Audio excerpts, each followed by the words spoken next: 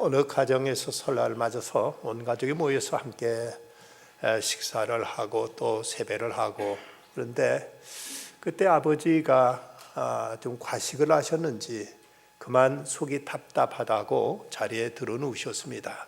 근데 큰아들이 걱정이 되어서 동생에게 너 빨리 나가서 어디 약국에 가서 수화제를 좀 사와라 하고 일렀습니다.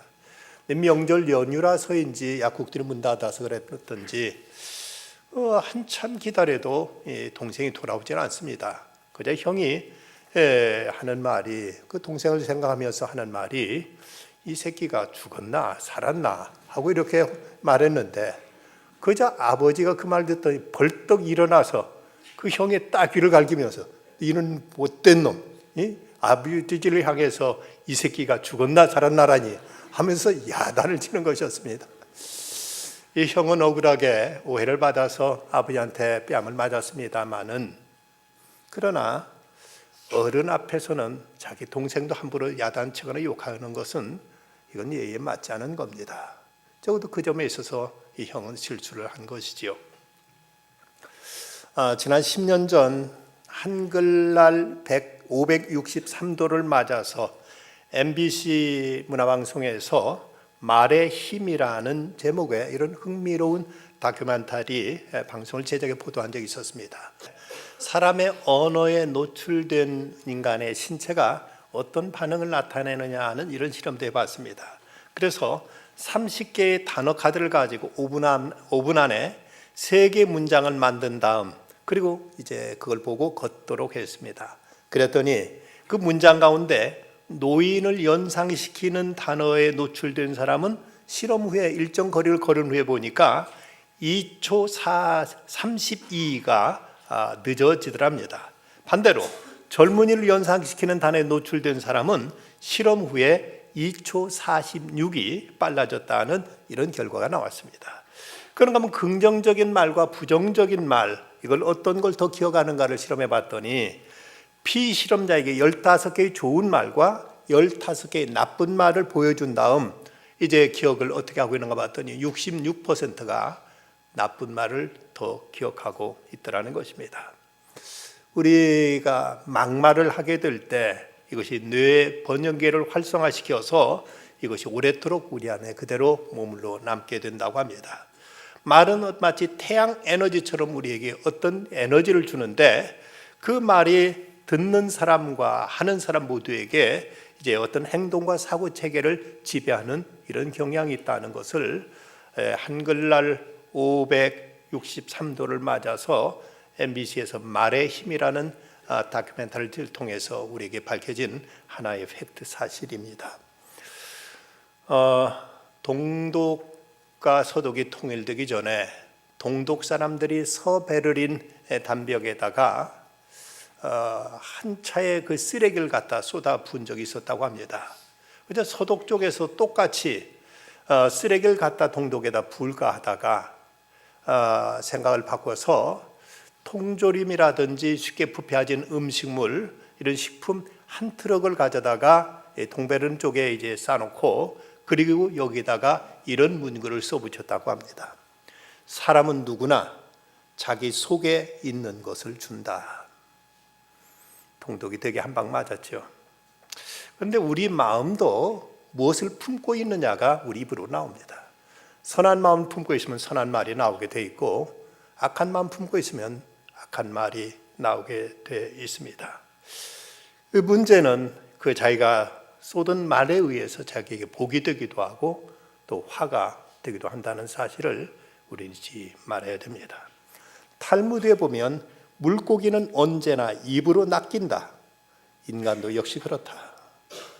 물고기가 낚시질 할 때 입으로 낚시를 물무로 낚이듯 사람도 입으로 낚이게 된다고 이런 경고의 말이 있습니다. 내일 모레는 우리 민족 대명절 설날입니다. 다 좋은 뜻으로들 가족들이 모였다가 자칫 그저 한두 마디 말 실수라든지 누구에게 상처를 줌으로 인해서 가족 간에 씻을 수 없는 아픔과 상처, 여러 가지 가정 불화를 야기시키는 일들은 결단코 우리가 없도록 삼가 우리가 말의 신중과 조심을 기해야 되겠습니다. 기독교는 말씀의 종교입니다. 하나님께 말씀으로 세상을 창조하셨고 하나님 그분은 이제 말씀이 되시는 분이십니다.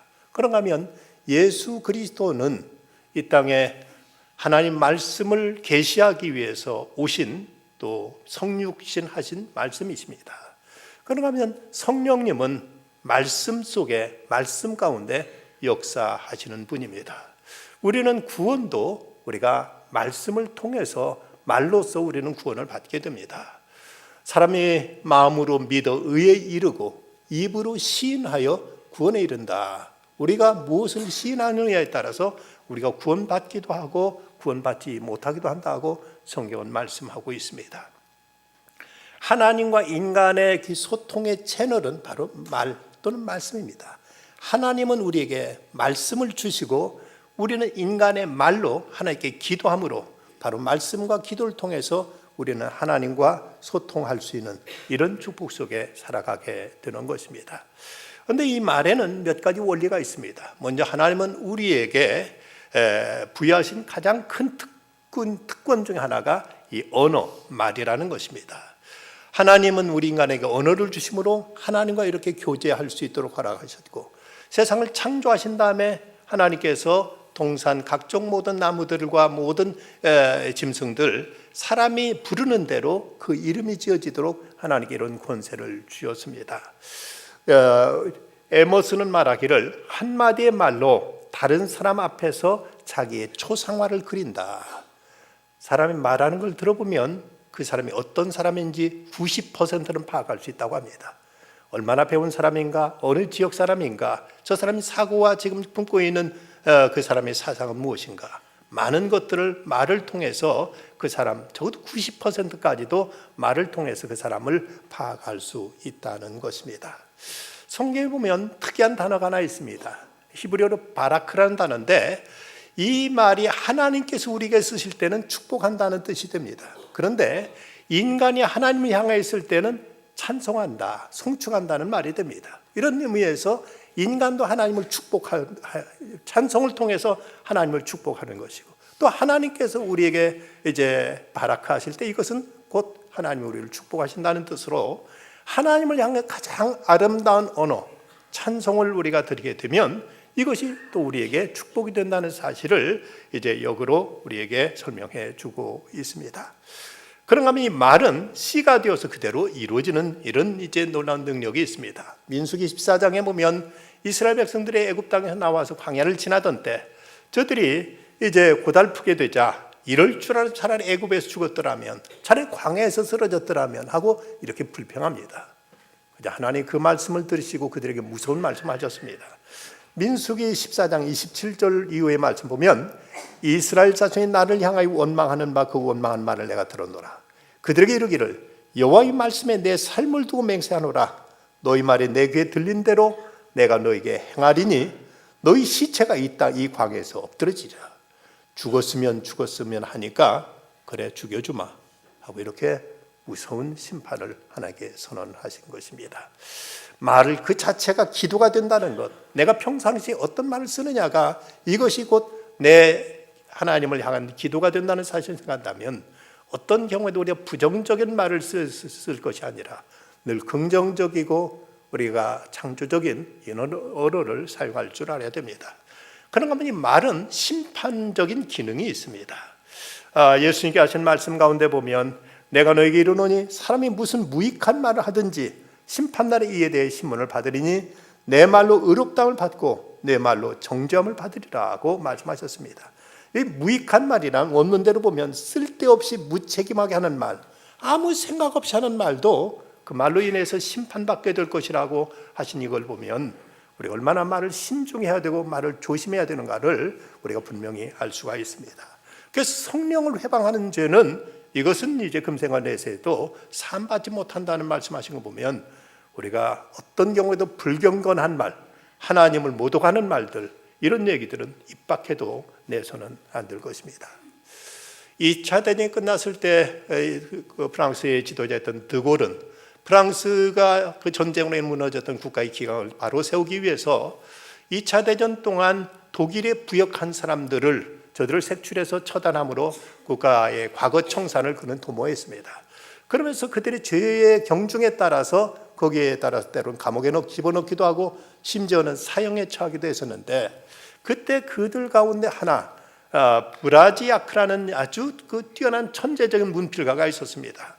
이 사람이 나치에 협조하면서 그러면서 유태인들을 탄압하는 이런 신문을 만들어 배포했습니다. 이 브라지아크를 어떻게 할 것인가? 그는 매우 명철한 이런 두뇌를 가진 이런 문필가이기 때문에 지식인들 사이에서는 그 사람은 그래도 살려주자, 죽이진 말자 했는데, 이때 프랑스의 그 당시 철학가였던 보부아르가 강력하게 주장합니다. 우리는 말이 얼마나 무서운지 알아야 된다. 그의 말은 나치의 독가스보다도 더 살인적이었다 하고 강력하게 주장함으로 인해서 그래서 그를 사형에 처해버리고 말았던 것입니다. 그가 전쟁 때 그는 자기 일신상의 어떤 이익을 위해서 독일에 가담해서 유대인들을 아주 모욕하고 그들을 조롱하고 그들을 이제 해치는 말을 했던 것이 자기 자신의 생명을 죽일 줄은 미처 생각지도 못했던 것입니다. 그래서 위클리프는 말합니다. 혀는 뼈가 없지만 뼈를 부스러뜨릴 수 있다. 우리들이 혓바닥은 그저 살로만 되어 있지만 이거 사람의 뼈를 부러뜨릴 만큼 이건 무서운 힘이 있고 무서운 이제 독소가 있다고 이렇게 지적하고 있습니다. 그래서 성경에 보면 죽고 사는 것이 혀의 힘에 달렸나니 혀를 쓰기 좋아하는 자는 혀의 열매를 먹으리라고 이렇게 말씀하고 있습니다. 내가 어떤 말 썼느냐 해서 이 말이 나를 죽이기도 하고 나를 살리기도 한다는 것이죠. 옛날 어느 임금님이 그의 큰 신하 가운데서 한 사람이 그만 임금 앞에서 큰 실수를 저지르고 말았습니다. 임금이 아주 경노해가지고 저놈을 당장에 사형에 처해라 하고 이렇게 명령 내렸습니다. 근데 주변의 신하들이 왕에게 간언하기를, 임금님, 그가 대단히 큰 잘못을 저지른 건 사실이지만 그러나 그동안 임금님을 위해서 나를 위해서 열심히 일해온 것도 사실 아닙니까? 차마 죽이는 것만은 면해 주시길 바랍니다 하고 이렇게 간언합니다.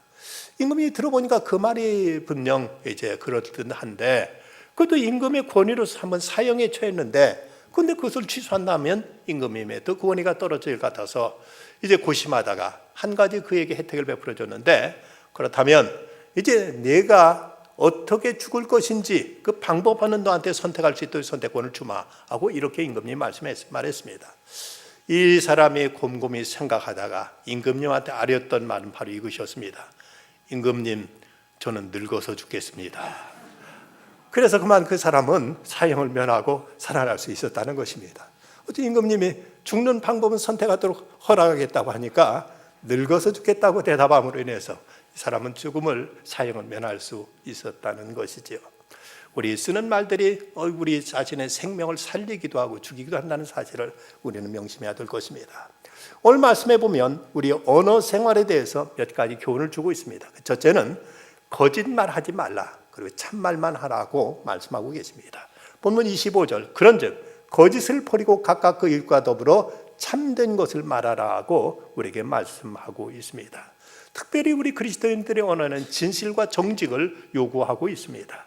아나니아와 삽비라는 그들이 누구 걸 훔친 것이 한 적이 없었고 다른 사람 걸 빼앗은 적이 없었습니다. 그럼에도 불구하고 하나님 앞에 약속한 것, 이것을 그는 거짓말한 죄로 즉사하는 이런 무서운 심판을 당하고 말았던 것을 봅니다. 10계명 보면 제6계명에 살인하지 말라는 말씀이 있고 제9계명에 가면은 거짓 증거하지 말라는 말씀이 있습니다.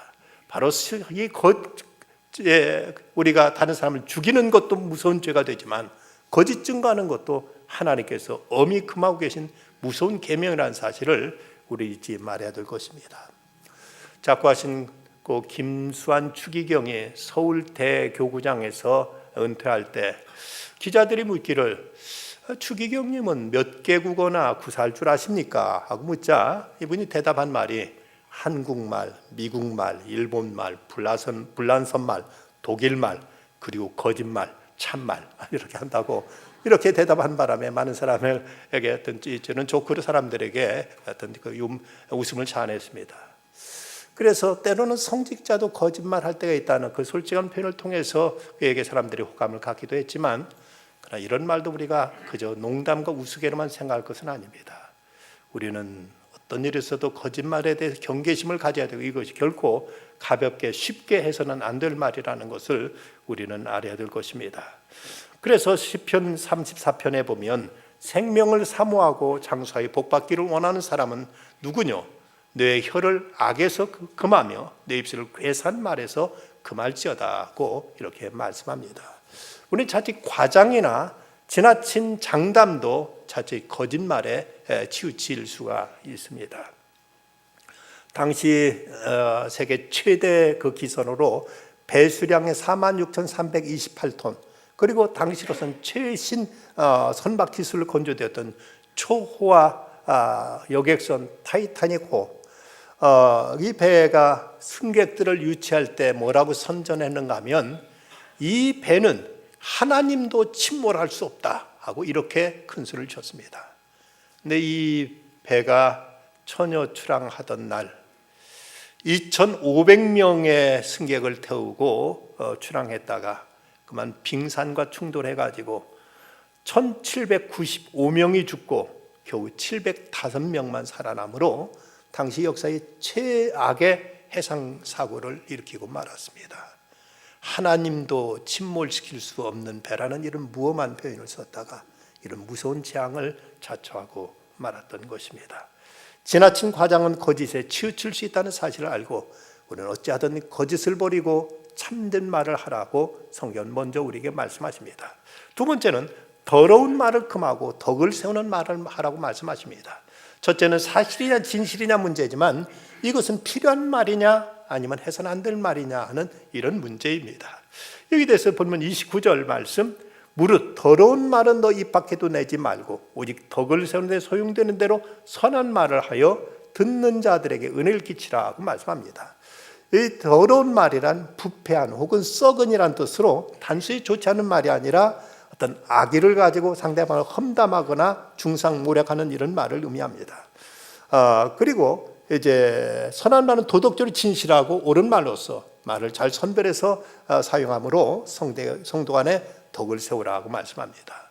오늘 구약의 말씀인 잠언서 15장 1절 이후의 말씀 보면, 유순한 대답은 분노를 쉬게 하여도 과격한 말은 너를 격동하느니라. 지혜 있는 자의 혀는 지식을 선히 베풀고 미련한 자의 입은 미련한 걸 쏟느니라. 온순한 혀는 곧 생명나무지만 패역한 혀는 마음을 상해한다고 말씀합니다. 부드러운 말이 얼마나 사람들의 분노를 달래주고 마음을 평온하게 해주고 사람의 힘과 위로와 용기를 주는데, 그러나 또 과격한 말은 얼마나 사람에게 무서운 상처를 주는지 모릅니다. 그래서 어떤 이는 말하기를, 살인은 한 사람만 죽이지만 이제 험담은 세 사람을 죽인다. 말하는 본인, 말을 듣는 사람, 그리고 그 험담의 주인공이 되는 사람까지 더불어 세 사람을 죽인다고 이렇게 경계하고 있습니다. 서로 어떤 첨예한 대립과 어떤 긴장 속에 있을 때 한마디 어떤 덕스러운 말이나 한마디 유머가 그 분위기를 그렇게 이제 아주 아름답게 또 편안하게 풀어줄 수 있는 경우들도 있습니다. 언젠가 영국의 그 하원에서 한 하원 의원이 상대 당의 그 강요가 된 사람이 수의사 출신인 것을 알고는 짐승이나 다루는 사람이 무슨 나라 일을 하겠다고 나서느냐고 이렇게 그를 인신공격하고 그를 몰아세웠습니다. 그러자 그 수의사 출신의 그 장관이 대답하기를, 예, 말씀하신 대로 저는 수의사입니다. 그런데 의원님 얼굴을 보니까 안색이 안 좋은데 제가 좀 봐드릴까요? 라고 이렇게 받아침으로 그 의원을 가축으로 짐승으로 몰아버렸습니다. 모두 다 껄껄 웃으면서 그 긴장됐던 분위기가 그냥 이제 화기애애한 분위기로 바뀌어질 수 있었다는 것입니다. 어떤 소년이 너무나 내성적이어서 누구 사람 앞에 나가기만 얼굴이 빨개지고 가슴이 두근거리고 해서 누구 앞에 나서질 못하고 있었습니다.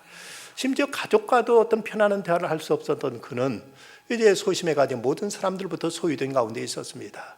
그러다 이래서는 안 되겠다고 스스로 결심하고, 내가 어떤 일이 있어도 이제 내가 모든 사람들 앞에 웃는 낯으로 미소로 사람들에게 다가가겠다. 그리고 어떤 사람을 만나든지 그를 칭찬하고 그에게 한 가지 이상은 이제 좋은 덕담을 하도록 하겠다고 이렇게 결심을 했습니다.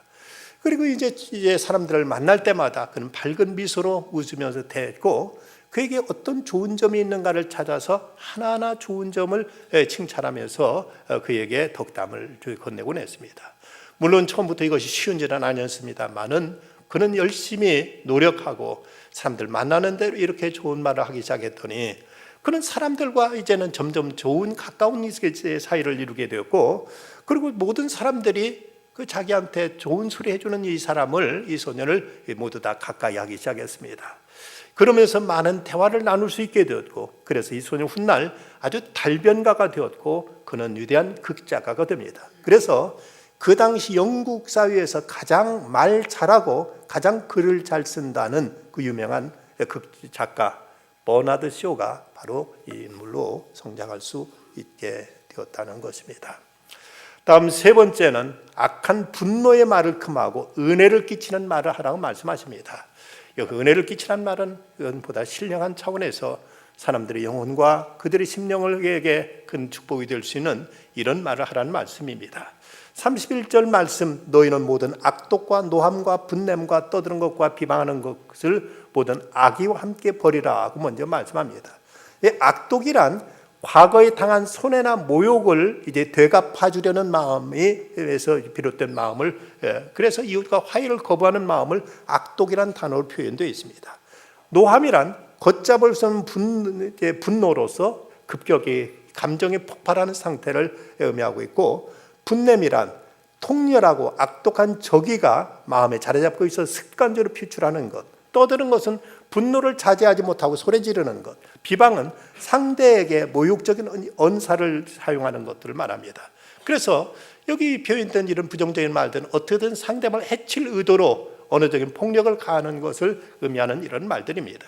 이런 말을 삼가라, 이런 말 하지 말아라 하고 말씀하고 있는데, 소련의 장수학자인 구리아니는 말하기를 단명하는 사람, 일찍 요절하는 사람들, 일찍 죽는 사람들의 공통점은 여러 사람이 모인 곳에서 대화를 석권하려고 하거나 남을 헐뜯기 좋아하는 사람들이다. 이런 사람들 단명한다고 이렇게 소련의 장수학자가 지적하고 있습니다.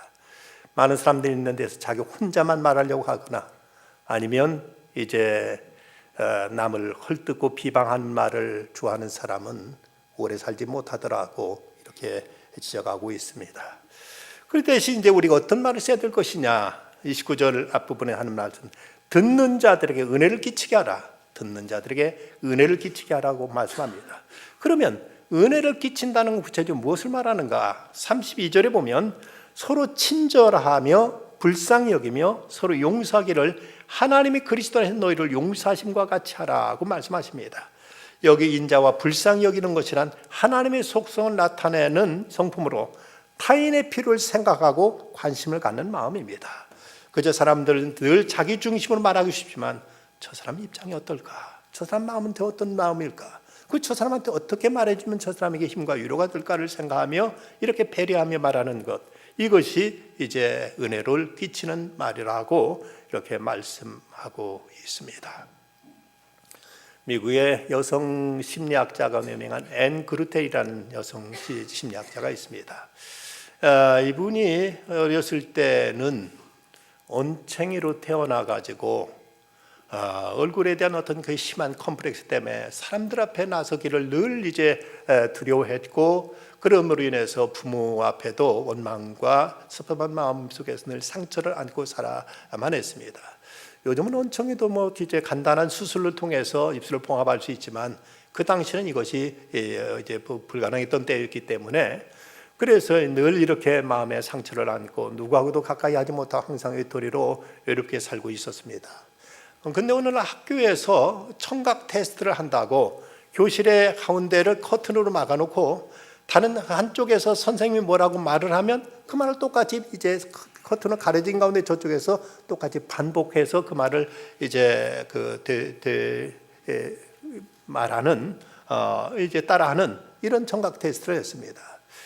이제 선생님 무슨 말을 하든지 그대로 따라하도록 되어 있는데, 근데 이제 그 앤 그루텔이 그 차례가 되었을 때 선생님이 어쩐 일인지 그때 이제 그한테 그 말은 앤, 나는 정말 내가 내 딸이었으면 좋겠어 라는 이런 말을 합니다.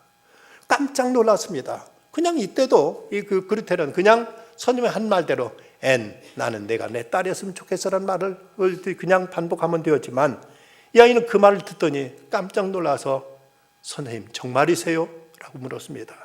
그래서 선생님도 자기가 한 말이 그 어떻게 자기한테 전달된 것을 알고는 그럼 그러고 말고 나는 정말 내가 내 딸이었으면 좋겠다.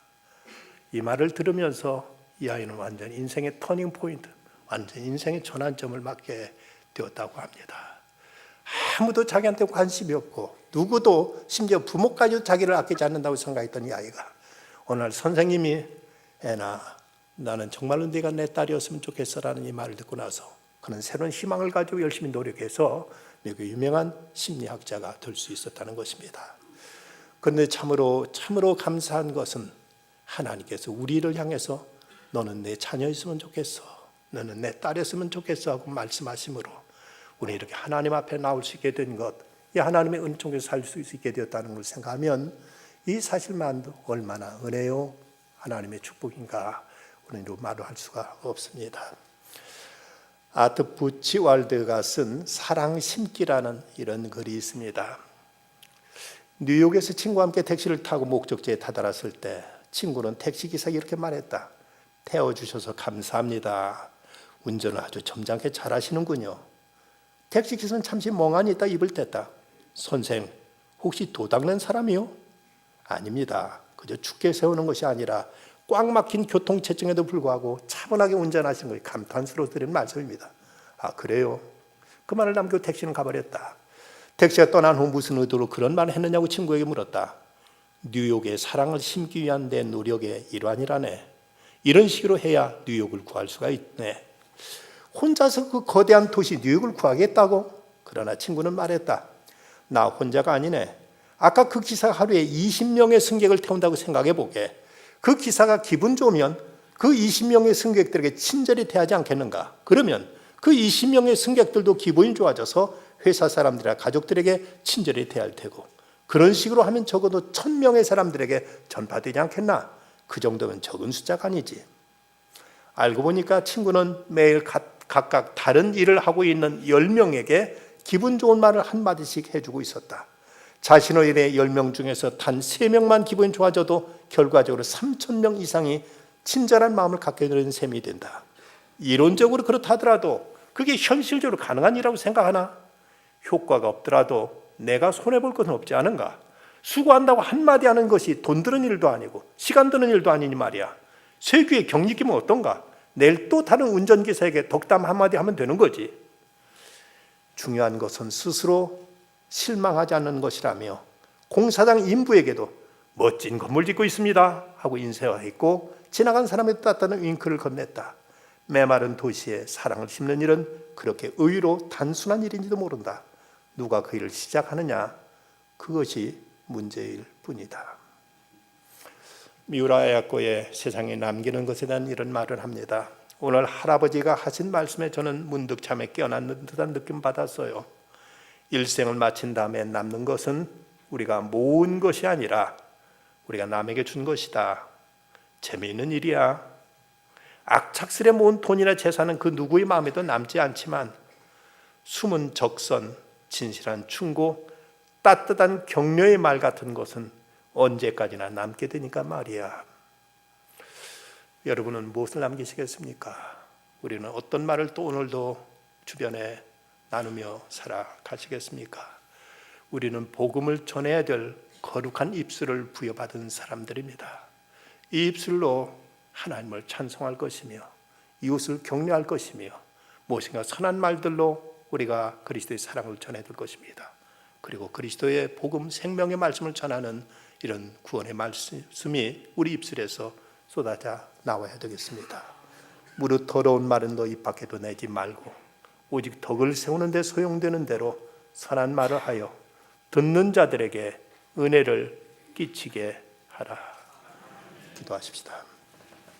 고마우신 아버지 하나님, 생명의 말씀을 저에게 허락하셔서 그 말씀을 받고 하나님의 종 사람들로 변화되었습니다. 저에게 또한 귀한 언어의 은사를 주셨습니다. 이 입술로 복된 말 하며 살아가게 해 주시옵소서.